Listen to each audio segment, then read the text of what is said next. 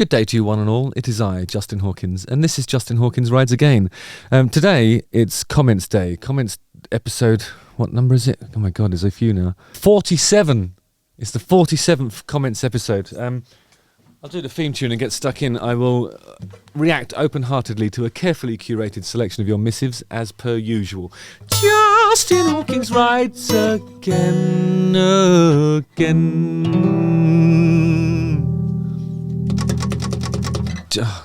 You might put some glasses on for this, actually. Hang on a sec.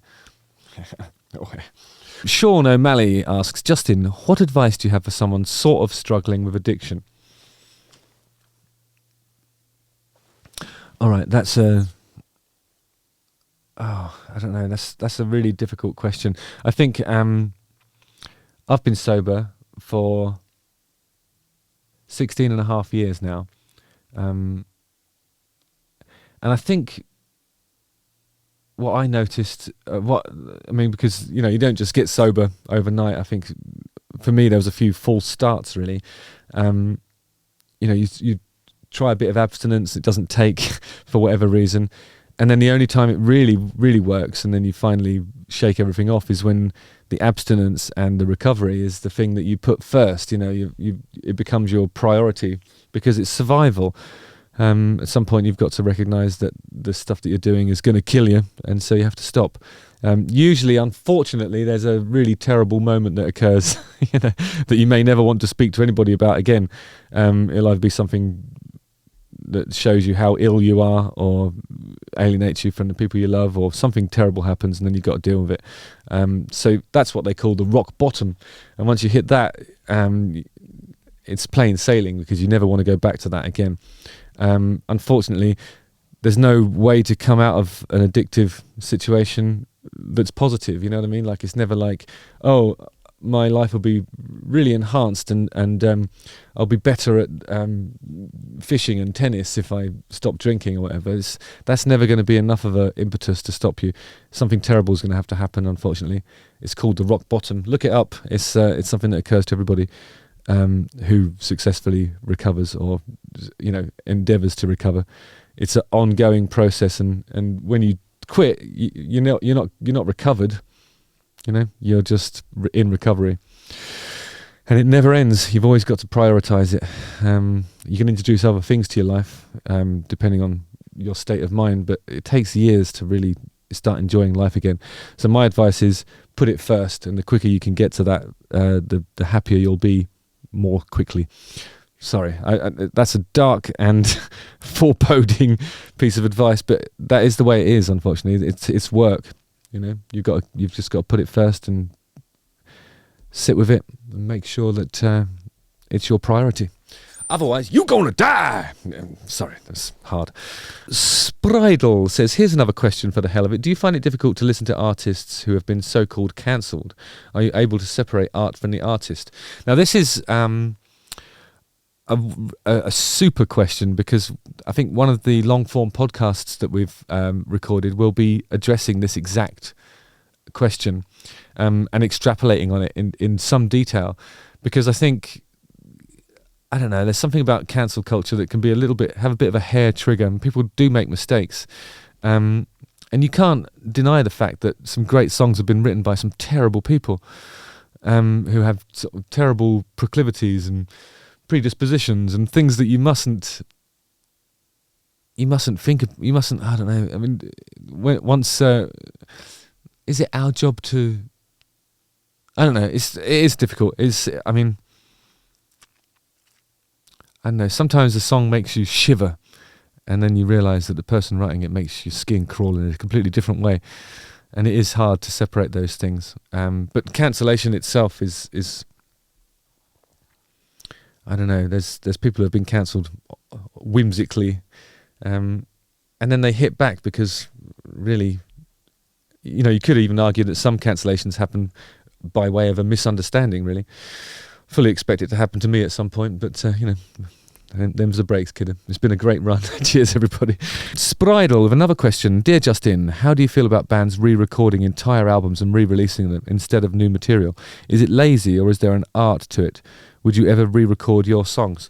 I think the reason why some people do that is because they're locked into some sort of agreement with the master recordings, where they're obliged to be exploited by a label that no longer serves their interests. So what they want to do is instead of trying to recoup this old deal, they'll re-record it so that if the song is used in a advert or something, they can urge them to use the new recording, which they own the master for, and thus they'll earn the money on that exploitation.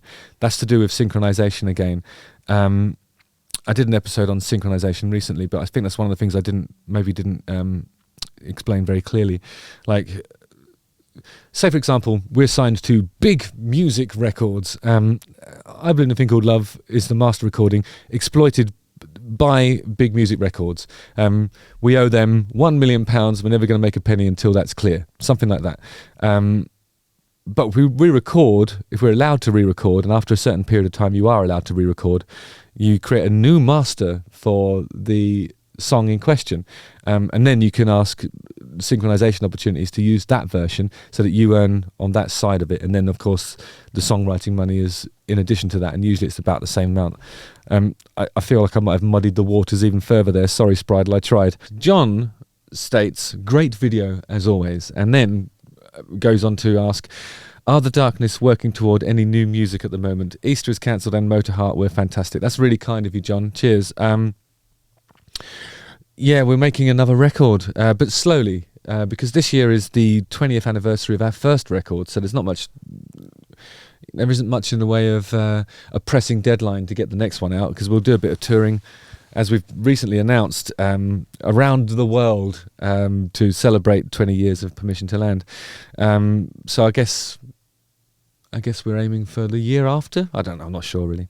Gmail asks, how long does it take you to grow moustache wings / handlebars? Any grooming tips? Okay, I don't know. I'm not sure. I think it grows pretty quickly depending on what you. It seems to grow quicker than normal head hair.